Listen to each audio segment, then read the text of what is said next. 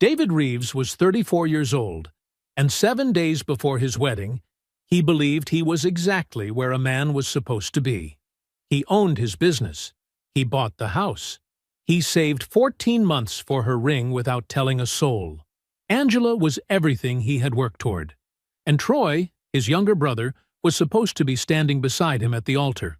That Saturday morning, David stopped by the wedding venue to drop off a vendor check. A door was cracked open. He slowed to surprise her. What he heard instead stopped him cold. Angela's voice, low, private, the register a person uses when the words cannot be said at full volume, saying 5 words that rewired everything. "I was with his brother yesterday." David did not move. He did not make a sound. He pulled that door closed, walked to his truck, and sat with his hands perfectly still on the steering wheel. And in that silence, he made a decision that 200 people would witness firsthand. Before we jump into the story, comment where in the world you are watching from, and subscribe because tomorrow's story is one you need to hear. David Reeves sat at his worn but meticulously clean desk early Saturday morning, carefully reviewing the city contract bids spread out before him. The morning light filtered through the small office window, catching the row of framed licenses on the wall, each one earned through examination, not inheritance. His eyes moved methodically down the columns of numbers, checking every detail with the precision that had built his electrical contracting business from the ground up. The photo of him and Angela at Tybee Island caught his attention, angled just right on his desk so he could glance at it while working. Her smile in that moment had been real, unguarded, the kind that made her whole face light up. He'd kept that photo in the same spot for 3 years now, and like everything else in his life, it had become a steady, reliable presence. Taking a sip of his coffee, David returned to the bid numbers. If he landed this contract, it would mean triple the revenue, enough to hire 2 full crews, expand operations beyond what he'd dreamed possible when he started with just a van and a personal loan. At 34, he was exactly where he'd planned to be, the first man in his family to own both property and a company. The thought brought a quiet smile to his face. 7 days until the wedding. 6 years of building something real with Angela had led to this moment. She understood him, or he believed she did. Understood his need to measure twice and cut once in every aspect of life. Understood that his silences weren't absence, but presence. The focus of a man who believed in doing things right the first time. A memory of Troy surfaced unexpectedly. His younger brother at the grand opening of the business 2 years ago, showing up 40 minutes late, but somehow becoming the center of attention within 10 minutes of arrival. Troy had that gift, or curse, of making every room orbit around him.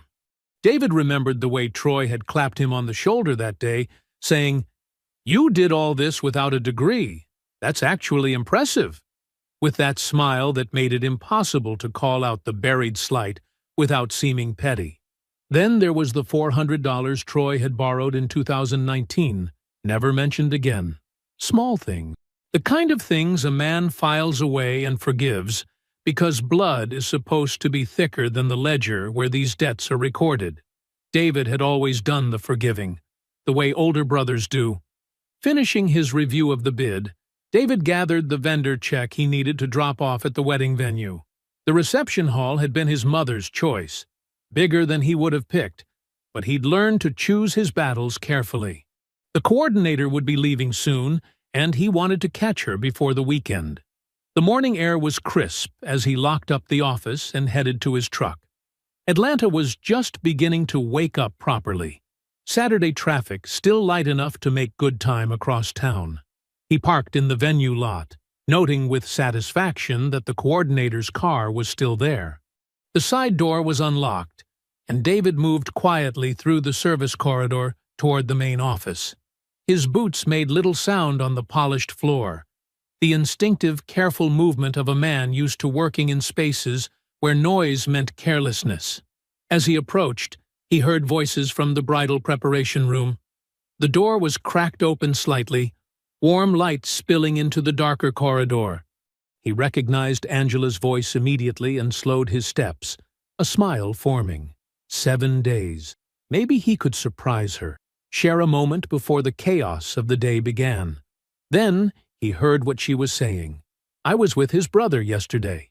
The words were low, private, spoken in that specific register people use when they're saying something that can never be said at full volume. There was a pause, then another woman's voice, just a sharp intake of breath, the sound of someone receiving confirmation of something they already suspected. David stood completely still in the corridor. He did not reach for the door. He did not make a sound. He counted to 5 in his head, the way he'd learned to do on job sites when something unexpected required careful response rather than reaction. With the same precise movement he used handling live wires, he pulled the door carefully, silently closed. He walked back through the service corridor, out the side door, across the parking lot to his truck. He got in. He sat. Outside the windshield, Atlanta continued its ordinary Saturday morning. A woman walked her dog along the sidewalk. 2 men were loading equipment into a van.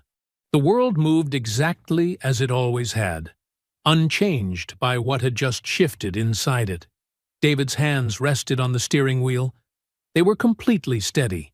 David drove home on streets he'd traveled thousands of times, seeing none of them.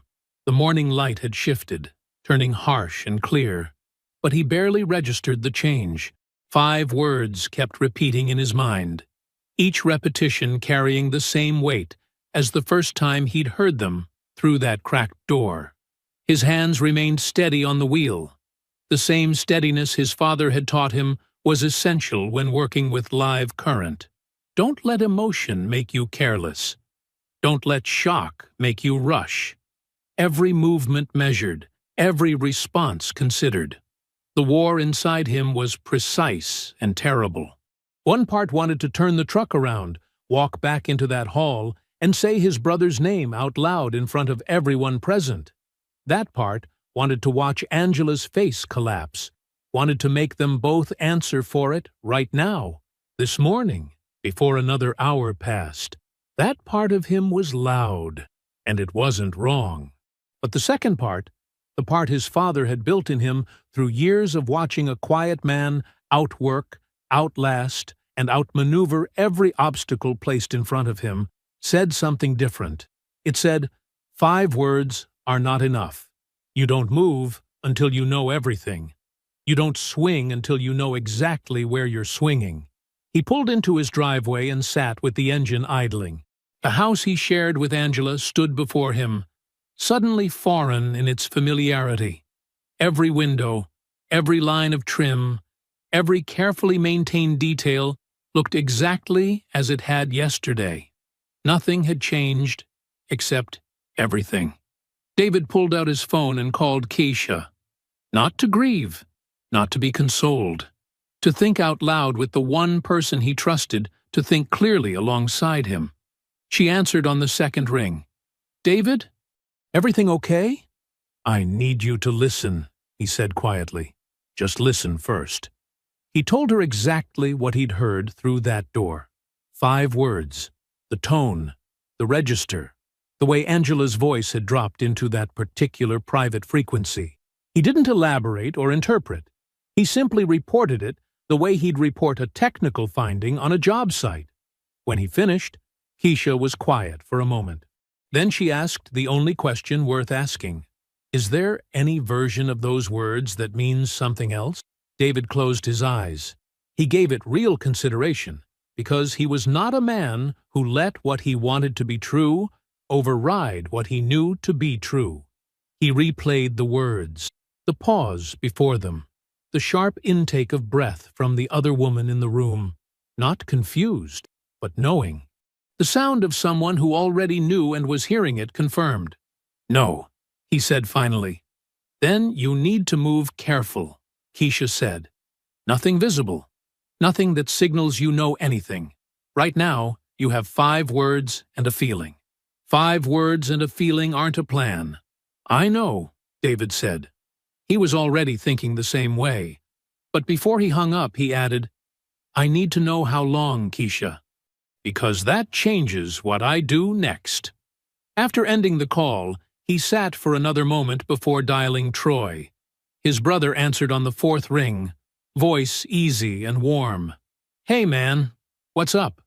"Just checking about your tuxedo fitting," David said. "Want to make sure everything's confirmed."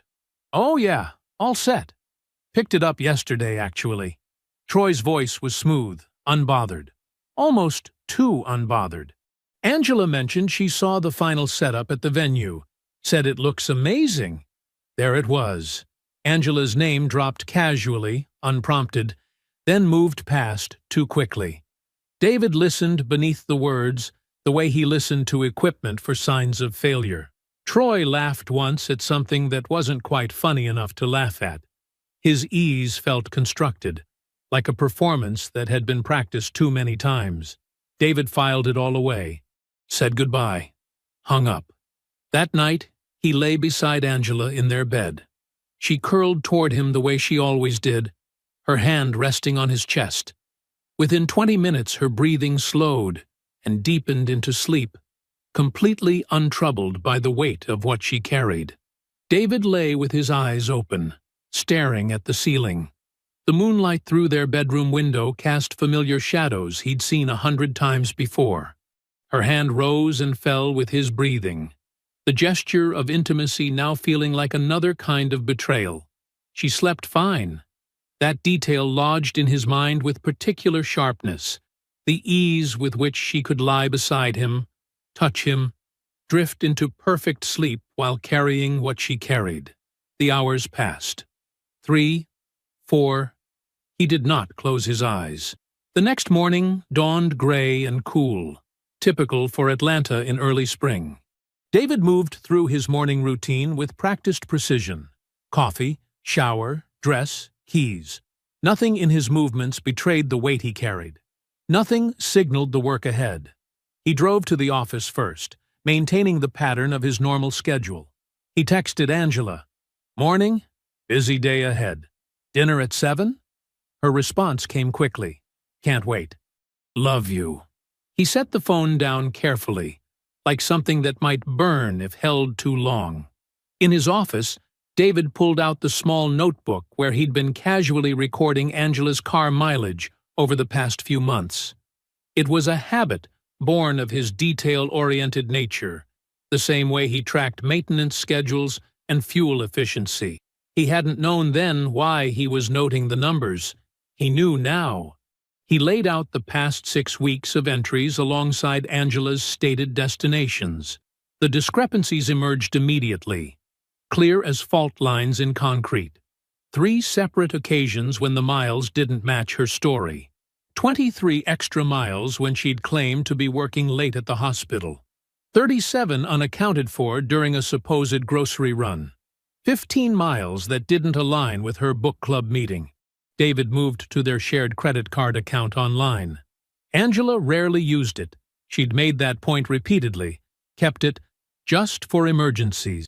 He scrolled through recent transactions, his eyes catching on a charge from 3 weeks ago.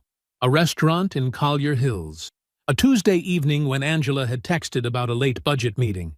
He knew Collier Hills, an upscale neighborhood they never visited, too far from their usual routes to make sense for a quick dinner. He plugged the restaurant's address into his phone and drove there, his movements unhurried and deliberate. The restaurant was upscale but not flashy, the kind of place that served people who didn't need to announce their money. At 10:30 a.m., the lunch setup was just beginning. An older woman with steel-gray hair was arranging place settings near the host stand. David approached her, pulling up Angela's LinkedIn profile photo on his phone. Professional, unambiguous. "Excuse me," he said quietly. "I'm wondering if you recognize this woman?" The host studied the photo, her eyes showing the particular wisdom of someone who had seen enough to read situations clearly. "She comes in sometimes," she said carefully. "Always sits in the back, usually with a younger man." David thanked her, left a 20 on the counter, and walked out. In his truck, He pulled out his phone and composed a casual text to Troy. "You been to anything good in Collier Hills lately? My boy recommended a spot out there." Troy's response came fast. Too fast, like he'd been waiting by the phone. "Nah, I don't really get out that way. That whole area's not really my scene." A clean, smooth, completely unnecessary lie. The kind of lie only a guilty man tells reflexively, before even assessing whether the question required one. David screenshot the exchange and emailed it to himself. Back at his office, he logged into their shared phone plan. Both lines were under his account. He'd added Angela 3 years ago when they moved in together. The interface was clunky but functional. He downloaded the complete call and text logs for the past year. The data laid bare in front of him told its story in simple numbers. Calls, texts, timestamps, contact between Angela's number and Troy's stretching back 11 months. Not sporadic, not random. Regular, sustained, deliberate communication, including during the weeks David had worked 70-hour days to build the savings that paid for Angela's engagement ring, funded the wedding deposits, and covered the down payment on the house he'd bought in both their names. While he was doing that, they were doing this. 4 days until the wedding. David sat in his truck in the empty parking lot of his own business. He set his phone face down in his lap. He gave himself exactly 10 minutes to feel the full weight of it. Not to cry, though the pressure behind his eyes was real, but to feel it completely and honestly, because he was not the kind of man who buried what was true. He felt it, all of it. The 11 months, the restaurant in the back corner, Troy's easy voice on the phone asking what he wanted for the rehearsal dinner, Angela's hand on his chest as she slept. At the 10-minute mark, he picked up his phone and called Keisha. "Get your notepad," he said. "We have work to do." That evening, David came home, set his keys on the hook by the door, and found Angela in the kitchen. He kissed her cheek like he'd done 1,000 times before.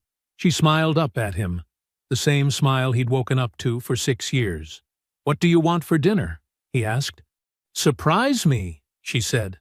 The morning air was crisp as David pulled into Keisha's office parking lot.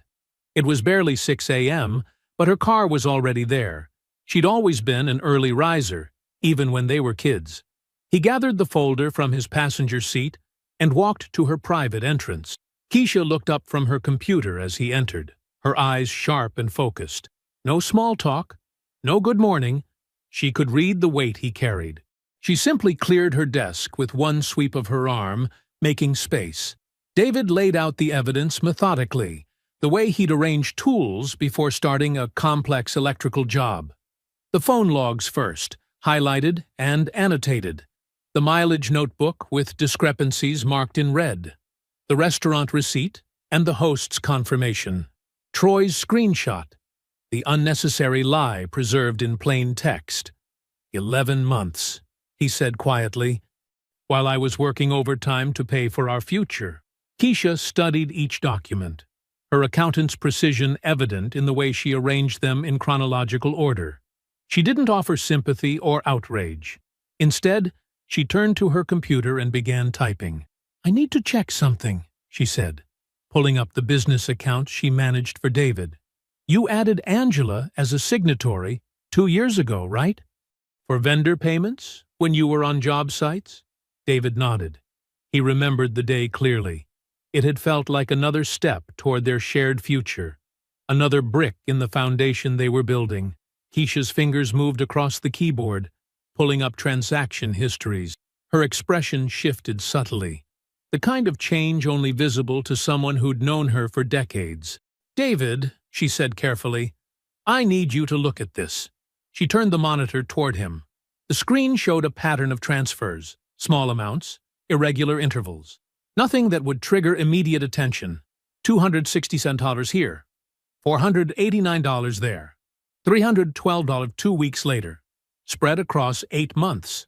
"I track every dollar that moves through these accounts," Keisha said.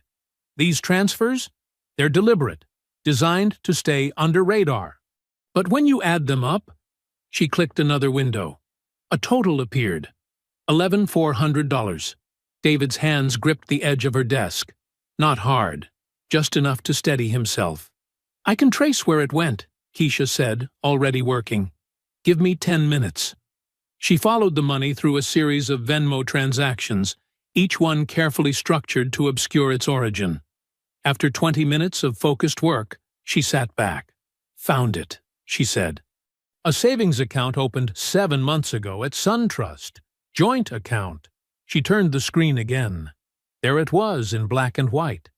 Account holders, Angela Price and Troy Reeves. They hadn't just been having an affair. They'd been building a foundation, planning a future, using his money to construct it. David took the printed account statement from Keisha. He folded it carefully, precisely, and slipped it into a manila folder. On the tab, he wrote a single letter. W. "I need to make 2 calls," he said. The first was to Jerome Price. David had always respected Angela's father, a self-made contractor who'd built everything through honest work. They met at a small diner off Ponce, away from their usual spots. "Jerome," David said once their coffee arrived, "I need to tell you something, but I can't tell you everything. Not yet. There's a situation involving people close to me. On the morning of the wedding, I need you present and aware that something serious is coming." Jerome studied him across the table. He was a man who recognized the weight of careful words. "Whatever you need," he said simply. David's second stop was Pastor Dodd's office, ostensibly to review ceremony details. As they finished discussing the music selections, David paused in the doorway. "Pastor," he said quietly, "if someone needed a private word with you in the hour before the ceremony, would there be time for that?" Pastor Dodd had known David since childhood. He looked at him for a long moment. "For you, son, there is always time." When David arrived home that evening, he heard Angela's laugh from the kitchen. She was on the phone, stirring something on the stove with her free hand. He stood in the doorway watching her. This woman he'd loved for 6 years, who he'd built everything around. She saw him and smiled, mouthing "hi," while continuing her conversation. Everything looked completely normal, like any other evening in their shared life. David went upstairs to wash up for dinner. In the bathroom mirror, his reflection showed nothing of what he carried, nothing of what was coming. 2 days before the wedding, David sat in his truck outside his house, phone in hand. He stared at Troy's number for a long moment before pressing call. The line rang twice. "Hey, big brother!" Troy's voice carried that familiar warmth, the easy charm that had always opened doors for him. "Got time for a drink tonight?" David kept his tone casual. "Just us. Kind of a send-off thing." "Yes." "Absolutely." Troy's enthusiasm came too quickly, too eagerly, the response of someone who needed this gesture of normalcy. "Let me take you somewhere nice in Buckhead." "My treat." "Sounds good," David said. "Text me the address." They agreed on 8 o'clock. David ended the call and sat with the silence in his truck. Even that brief conversation carried weight now. Every word from Troy felt like performance art. A studied portrayal of brotherhood that had fooled David for 30 years. The bar Troy chose was exactly what David expected. Upscale, modern, the kind of place that served complicated cocktails in vintage glassware. Troy was already there when David arrived, seated at a corner table, dressed business casual in a way that screamed careful effort. "David!" Troy stood, arms open, that million-dollar smile in place. "Man, it's good to see you." They embraced. Troy held on a beat too long, like he was trying to prove something. "Got you a bourbon," Troy said as they sat. "The good stuff. Only the best for my big brother's last bachelor night." David lifted the glass. "Appreciate it." Troy launched into easy conversation, work stories, family gossip, the kind of comfortable patter they'd shared their whole lives. He ordered a second round without asking. He made a toast to David's happiness that was so precisely calibrated, so earnestly delivered, that it would have read as genuine to anyone who hadn't spent 30 years learning to read Troy Reeves. David watched him the way he watched complex electrical systems. Not staring, not obvious, just registering every signal, every pattern. Troy laughed readily at his own jokes. He leaned forward when David spoke, performing attention. He kept calling David Big Brother, something he usually only did when he wanted something. Halfway through the second drink, during a lull in conversation, David spoke casually. "You ever want something belonging to somebody else so bad you told yourself you deserved it more?" Troy's laugh came automatically, then hitched, arriving a half-beat late. Something flickered behind his eyes. "What? You mean like when I used to steal your baseball cards?" He grinned, deflecting. "Man, remember that collection you had? I was so jealous." He changed the subject quickly, launching into a story about a client meeting. David let him. The question wasn't about getting an answer. It was about watching what the question cost him. They finished their drinks. Troy insisted on paying. "My treat. Seriously. I got this." And they walked out to the parking lot together. The night air was cooling, carrying the weight of late summer in Atlanta. Troy hugged him again, that same performance of brotherhood. "Love you, man. Can't wait for Saturday." As they embraced, David caught it. The scent he'd been unconsciously registering all night. Cedar and something darker, distinctive and familiar. The cologne Angela had given him for Christmas 18 months ago. David had worn it twice before setting it aside because it had always felt wrong on him somehow, like wearing someone else's clothes. Now he understood why. It hadn't been meant for him at all. They separated. Troy smiled that camera-ready smile. "See you Saturday, big brother." "See you Saturday," David said. He got in his truck and pulled out of the lot. At the first red light, he took out his phone and opened his contact. He found Troy's number, the same number that had been in his phone for 15 years, that had called him for favors and rides and cash, that he'd always answered because that's what brothers did. David deleted it, not in anger, not with shaking hands, with the quiet finality of completing a task that had been waiting 11 months to be done. The light turned green. He drove home through an Atlanta night that felt exactly like any other night, except that it wasn't. The private dining room at Marcel glowed with warmth. Crystal glasses caught the light from wall sconces, creating tiny prisms across white tablecloths.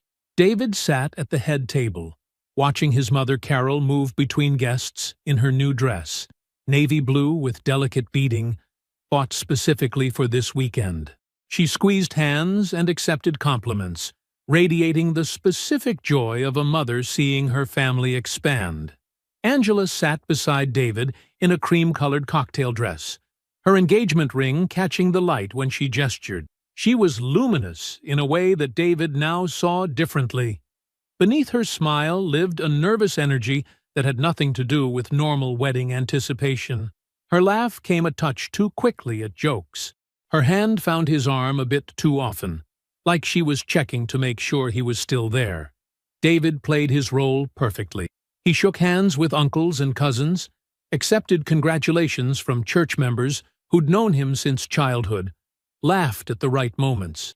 He refilled glasses and touched Angela's back when he passed behind her chair. No one in the room suspected anything. That was exactly the point. The restaurant had outdone themselves. Plates of perfectly seared steaks and roasted vegetables moved efficiently between tables. Wine flowed freely. Conversation hummed at that perfect pitch of celebration. Loud enough to feel festive, controlled enough to remain elegant. Everything was exactly as Angela had planned it 6 months ago when she chose this venue. Troy held court at a table near the center of the room, commanding attention the way he always had. He told stories that made people lean in, laughed in that way that made others want to laugh with him. Every few minutes his eyes found David's, and he'd raise his glass in a small gesture of brotherhood that landed like acid now. Midway through the main course, Troy's phone buzzed. He glanced at it, made a show of apologizing to his table, and stepped into the side hallway that led to the exterior door. David, who had positioned himself at the head table specifically for this sightline, waited 30 seconds before excusing himself. "Just need to check a text about tomorrow's timeline," he told Angela, squeezing her shoulder as he stood. The corridor was quiet, the dinner sounds muffled. Through the exterior door's frosted glass, Troy's silhouette was visible. David moved closer, silent on the carpeted floor. Troy's voice came through clearly, pitched low and intimate. "After tomorrow, we won't have to do this anymore. Just trust me. I'll explain everything later." David stood completely still. The words landed with devastating clarity. This wasn't an affair that had spiraled out of control. This wasn't reckless passion or poor judgment. This was constructed, planned. The joint savings account, the 11 months of sustained contact, the careful withdrawal of David's money. They had built an architecture for what came after the wedding, after David was legally and financially bound, after access was established, after the moment to walk away had passed, and his own brother was the architect. David waited until Troy ended his call, then walked back to the main room. He accepted a fresh glass of champagne from a passing server. Angela smiled up at him. "Everything okay?" "Perfect," David said, and kissed her temple. When the dessert plates were cleared, David stood. He lifted his glass, and the room quieted. He looked out at the faces turned toward him. Family, friends, church members who had watched him grow up. His mother wiped her eyes before he even began. "I want to talk about what it means to build something real," he said. His voice was warm, genuine. Not just feel it, but build it. Decision by decision. Sacrifice by sacrifice. The kind of love that's constructed through choices made every single day. He spoke about family as something earned rather than given. About trust as foundation rather than decoration. Every word was true, which made them devastating to everyone who would remember them later. "To all of you who helped build this moment," he concluded, "thank you. To my beautiful Angela." She squeezed his hand. "Tomorrow can't come soon enough." Glasses lifted. Several people dabbed their eyes. Carol Reeves beamed at both her sons. Troy's smile was perfect and empty. Later that night, David lay in his bed, in the dark. The house was quiet. Through the window, Atlanta's ambient glow painted patterns on his ceiling. For the first time in a week, his mind was completely still. He closed his eyes. Sleep came immediately, deep and dreamless. He was ready. The morning dawned clear and warm, the kind of Atlanta day that felt like a blessing. David stood before his bathroom mirror, adjusting his tie with steady hands. His suit was perfectly pressed, charcoal gray, tailored to his frame, chosen 6 months ago during a shopping trip with Angela. The memory settled like a weight in his chest, but his fingers never faltered. He was dressed and ready an hour before he needed to be. His shoes were polished to a military shine, his cufflinks, a gift from Jerome Price last Christmas, caught the morning light. By every visible measure, he looked exactly like a man preparing for the best day of his life. In a certain way, he was. The drive to the church was familiar. He'd made it hundreds of times over 34 years, the route embedded in muscle memory, Sunday services, youth group meetings, his father's funeral. The buildings along Ponce de Leon Avenue held the history of his life in this city, and now they would hold this morning too. The church parking lot was empty except for Pastor Dodd's weathered Buick. David parked beside it, gathered the manila folder from his passenger seat, and walked through the side entrance. The building was quiet, that specific silence of sacred spaces before they fill. His footsteps echoed on the polished floor as he made his way to the pastor's office. Pastor Dodd was already at his desk, Bible open, making notes for the ceremony. He looked up as David entered, and something in David's expression made him set his pen down immediately. "Son," he said quietly. David closed the door behind him. He sat in the chair across from the man who had baptized him, who had counseled him through his father's death, who had watched him grow from a serious 12-year-old into the man he'd become. Without preamble, he opened the folder and began laying out documents. The phone records came first. 11 months of sustained contact between Angela and Troy, highlighted and annotated. Then the financial transfers, each one dated and tracked. The joint savings account opened 7 months ago in both their names. The restaurant receipts from Collier Hills. The timeline, constructed with Keisha's methodical precision. Pastor Dodd read silently, his face growing graver with each page. When he finished, he removed his reading glasses and rubbed his eyes. The gesture carried the weight of every wedding he'd officiated, every counseling session he'd conducted, every moment of human frailty he'd witnessed in 40 years of ministry. "You're certain?" he asked finally. "Yes, sir," David said. The pastor nodded slowly. "What do you need from me?" "Let the ceremony begin normally," David said. "When we reach the moment, you'll know what I'm going to do. I need you to let me do it." Pastor Dodd looked at him for a long time. Then he nodded again, more firmly. "I trust you, David. I always have." David gathered the documents and left the office. In the foyer, he found Jerome Price exactly where he knew he'd be. Early, as always, checking the printed programs for any errors. Jerome looked up at David's approach, and something in his expression must have signaled what was coming. David handed him the folder without speaking. Jerome opened it. He read with the careful attention of a man who had built his own business from nothing, who understood numbers and what they revealed about character. His face didn't collapse. Jerome Price wasn't a man who collapsed, but something in it went very still and very old. He closed the folder. "How long?" 11 months, David said. Jerome exhaled through his nose. His jaw tightened once and released. "What do you need from me?" "Be in the room," David said. "When Angela tries to explain herself, stand up." Jerome looked at him steadily. "That's my daughter." "I know," David said. "That's why it matters that it comes from you."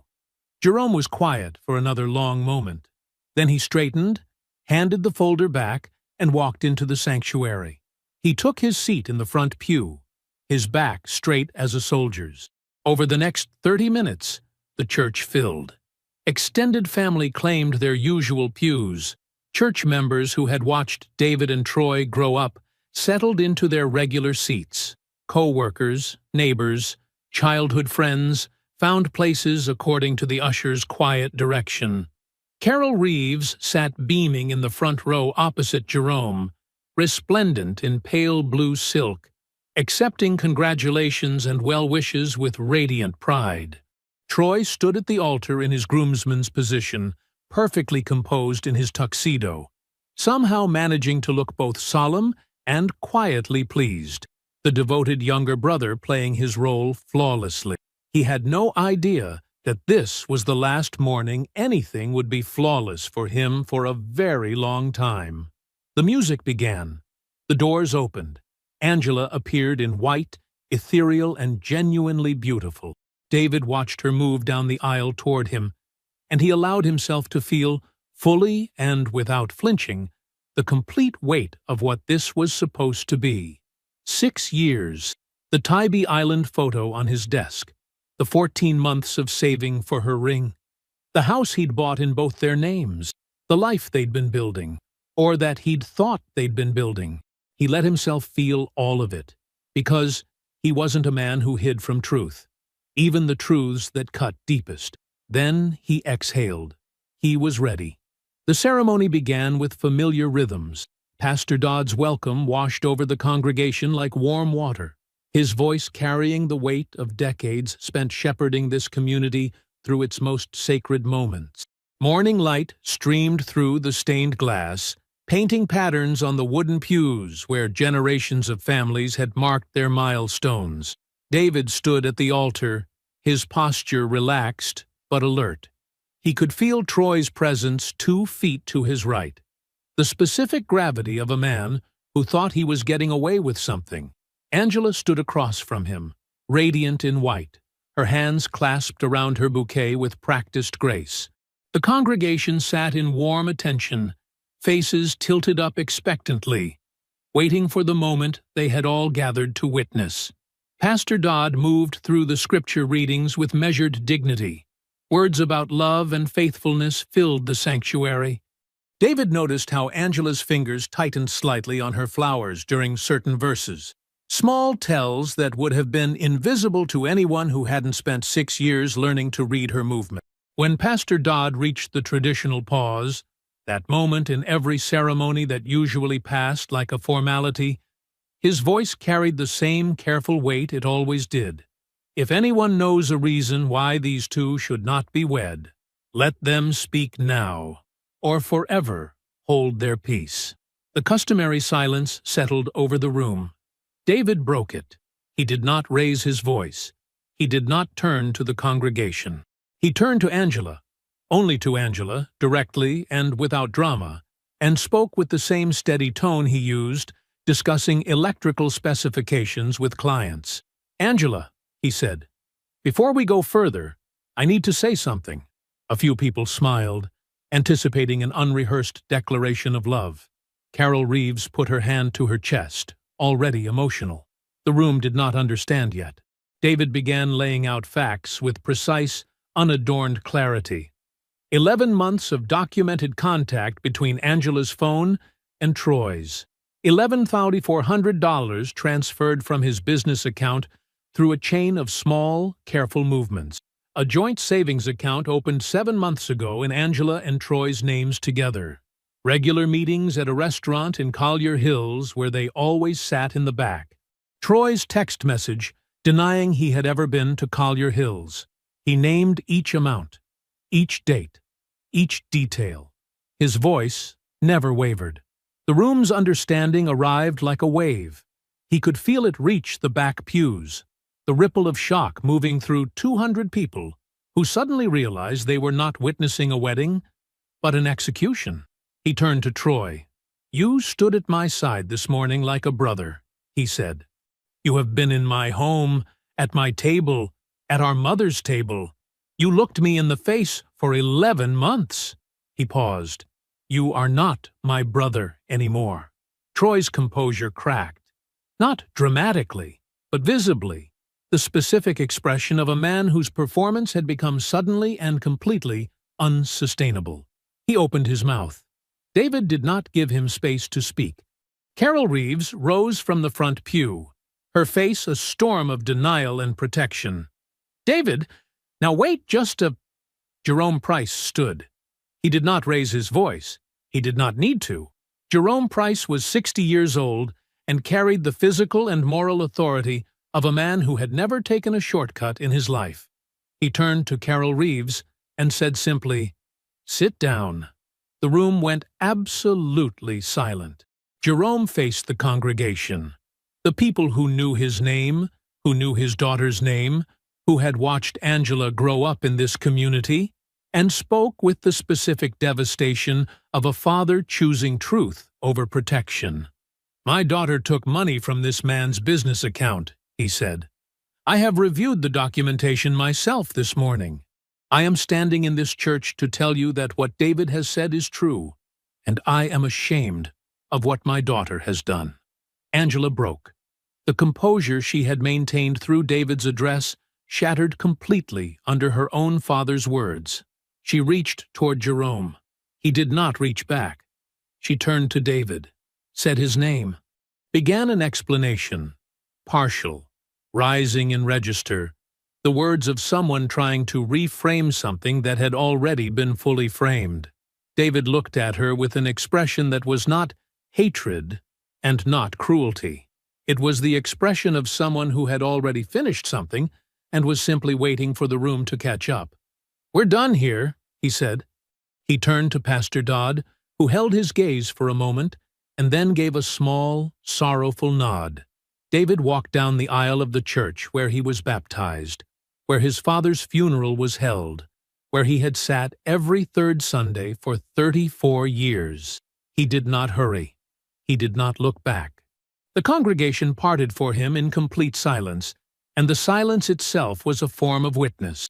200 people who had heard everything, who would remember everything, who would carry this morning with them for the rest of their lives in this community. Outside in the warm Atlanta morning, Keisha was waiting beside his truck. She had been seated in the third row, exactly where he placed her, for exactly this moment. She held a document portfolio. She handed him an envelope without a word. Inside, a certified letter from his attorney, executed that morning, removing Angela Price as a signatory from all David Reeves' business accounts effective immediately, and a formal demand letter for the return of $11,400 with a 30-day response window before legal action commenced. David walked back to the church entrance. Jerome Price had followed him out, his face carrying the specific grief of a man who had done the right thing at enormous personal cost. David handed him the envelope. "Make sure she receives this today." Jerome took it. He looked at David for a moment. At this man he chose for his daughter, who turned out to be worth more than his daughter understood. "I'm sorry, son." "Don't be," David said. "You didn't do this." He got in his truck. He drove away. The consequences moved through Atlanta's black community like slow water. Quiet, patient, inexorable. No dramatic confrontations were needed. The truth spoken in that sanctuary did its own work, seeping into every corner of the world Angela and Troy had taken for granted. The first ripple came from Pastor Dodd's deacon board. No public announcement was made. No formal proceedings were called. Troy and Angela each received a brief, carefully worded letter suggesting they seek worship elsewhere, while the congregation processed recent events. Being asked to leave the church you were raised in, not expelled in scandal, but turned away with quiet finality, carried a weight outsiders couldn't fully measure. In their community, in their family's world, it was generational. It was the withdrawal of belonging itself. Carol Reeves spent 3 weeks defending Troy in conversations that grew increasingly one-sided. She called David's friends, trying to explain what must have been a misunderstanding. She cornered church members after services at other congregations, insisting there had to be another side to the story. But fewer and fewer people were willing to have these conversations. The weight of the community's clear-eyed consensus. Troy did this. Troy knew what he was doing. Troy sustained it for 11 months, began to erode the defense she had built around her younger son. The silence that met her protests was not cruel. It was something worse. It was patient. People simply nodded, changed the subject, and carried what they had witnessed. Carol stopped calling David after his single text message. "I love you, Mom. Don't call me about this." She sat alone in her kitchen most mornings, drinking coffee and trying to reconcile the son she had protected for 30 years with the man who could look his brother in the face while building a life from stolen pieces. Troy's professional unraveling was equally quiet and equally complete. His manager, Gerald, a college friend of David's, who had received his wedding invitation as a courtesy and sat in the fourth pew, said nothing to Troy directly. He simply became unavailable in the specific ways that mattered. The quiet advocacy that smooths a career path, the informal support that protects a performer from scrutiny, the sponsorship that is never formally announced, but whose absence is acutely felt. Within 6 weeks, a performance review Troy expected to pass without friction surfaced 2 years of documented concerns that had been quietly set aside by a manager who no longer had any reason to set them aside. The improvement plan's terms were technically achievable, but the message was clear. Troy resigned before the outcome became something he couldn't put a better frame around. In Atlanta's black professional circles, where networks were tight and long-memoried and deeply relational, Troy's reputation didn't end dramatically. It simply became difficult. The referrals that used to flow toward him slowed to a trickle. The doors that used to open on the strength of a good impression began to require more. He wasn't destroyed overnight.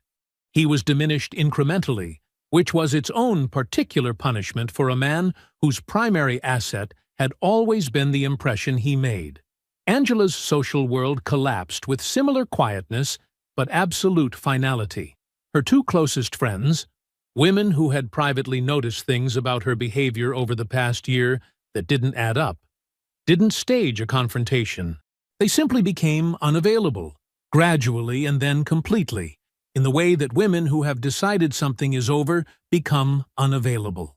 She discovered that the social identity she had carefully maintained, the devoted partner of a solid, self-made man, the woman with the beautiful relationship and growing household, had been fully and publicly dismantled in a single morning, witnessed by everyone whose opinion she had spent years cultivating. She couldn't rebuild it.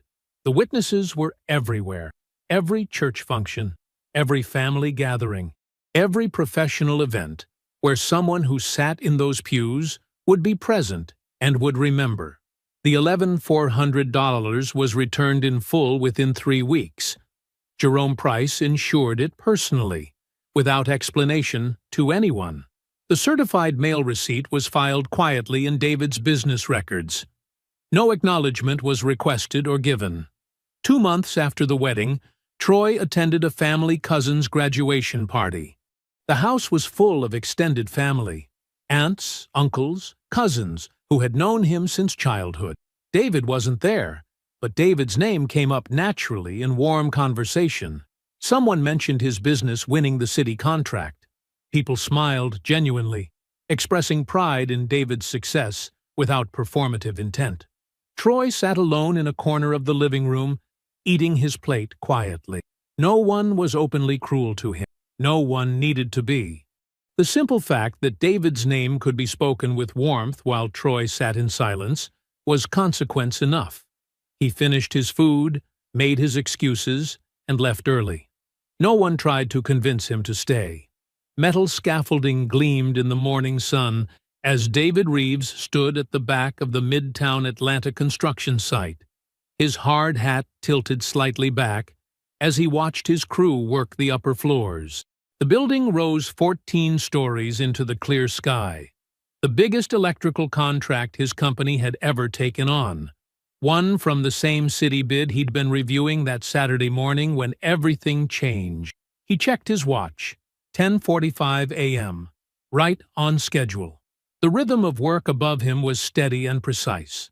The snap of conduit being mounted, the low hum of power tools, the call and response of his crew coordinating their movements.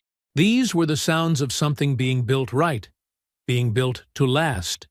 The company truck parked nearby caught the sun on its fresh lettering. Reeves Electrical Contractors on both doors, the paint still pristine. Next to it sat 2 service vans, each bearing the same logo. In 14 months, he'd gone from 1 van and a dream to a fleet of 3 vehicles and 2 full crews. Not an empire, but something solid, something his. From his position, David could see Marcus, his newest journeyman electrician, showing a first-year apprentice the proper way to bend conduit. The young man watched intently, nodding as Marcus demonstrated the technique. David made a mental note to commend Marcus later. Teaching others was the mark of a man who understood that knowledge was meant to be passed on, not hoarded. The office trailer behind him hummed with activity. Through the window, he could see Sarah, his part-time receptionist, answering phones and organizing work orders. 3 days a week, she kept his paperwork flowing and his schedule straight, allowing him to focus on growing the business rather than drowning in administrative details. The trailer itself was temporary, but it represented something permanent, progress, measured in small, steady steps.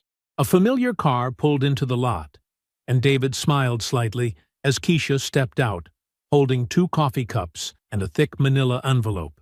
She navigated the gravel with practiced ease in her sensible heels, handing him one of the coffees before leaning against the truck's hood. "3rd municipal contract," she said, pulling papers from the envelope. "All finalized, all ready for your signature." Numbers look even better than we projected. David took a sip of coffee. Black, no sugar, exactly how he liked it, and reviewed the documents. The figures were strong, showing the kind of steady growth that came from careful planning and consistent execution rather than risky gambles. This was how you built something that lasted, one solid piece at a time. "Looks good," he said, signing where indicated. "Real good." Keisha tucked the papers away and studied him for a moment. "And how are you doing?" she asked, emphasizing the last word slightly. Not about the business, about him. David considered the question with the same careful attention he gave everything. The morning sun felt warm on his face, and somewhere above him the steady sounds of his crew continued their rhythm. "Good," he said finally. "Actually good." He meant it. He wasn't seeing anyone, hadn't been interested in trying. There was a peace in that choice that surprised him. No pressure, no timeline, no need to prove anything to anyone about moving on or starting over. 8 months ago, he'd bought a house, in his name only. Nothing flashy, but solid brick with good bones and a back porch that caught the morning sun just right. Every Sunday, he sat out there with his coffee before the city woke up, listening to birds and thinking about very little. Sometimes he'd spend hours just sitting, watching the light change and feeling the weight of ownership, not just of the house, but of his life. Every decision was his, every consequence too. He had lost a fiancé and a brother in a single morning, walked out of that church on his own 2 feet, and built something better from the ground up. The loss was real.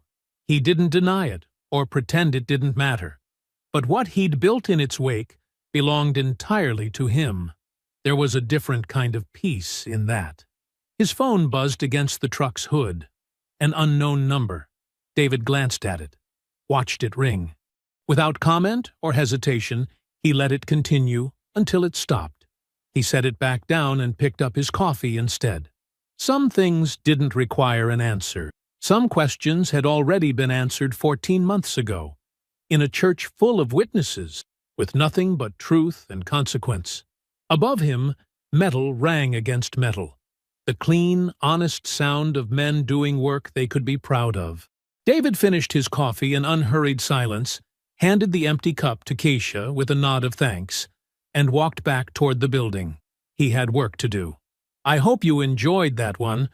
Be sure to like the video and subscribe so you don't miss the next story. I've picked out 2 more for you that I think you'll really like.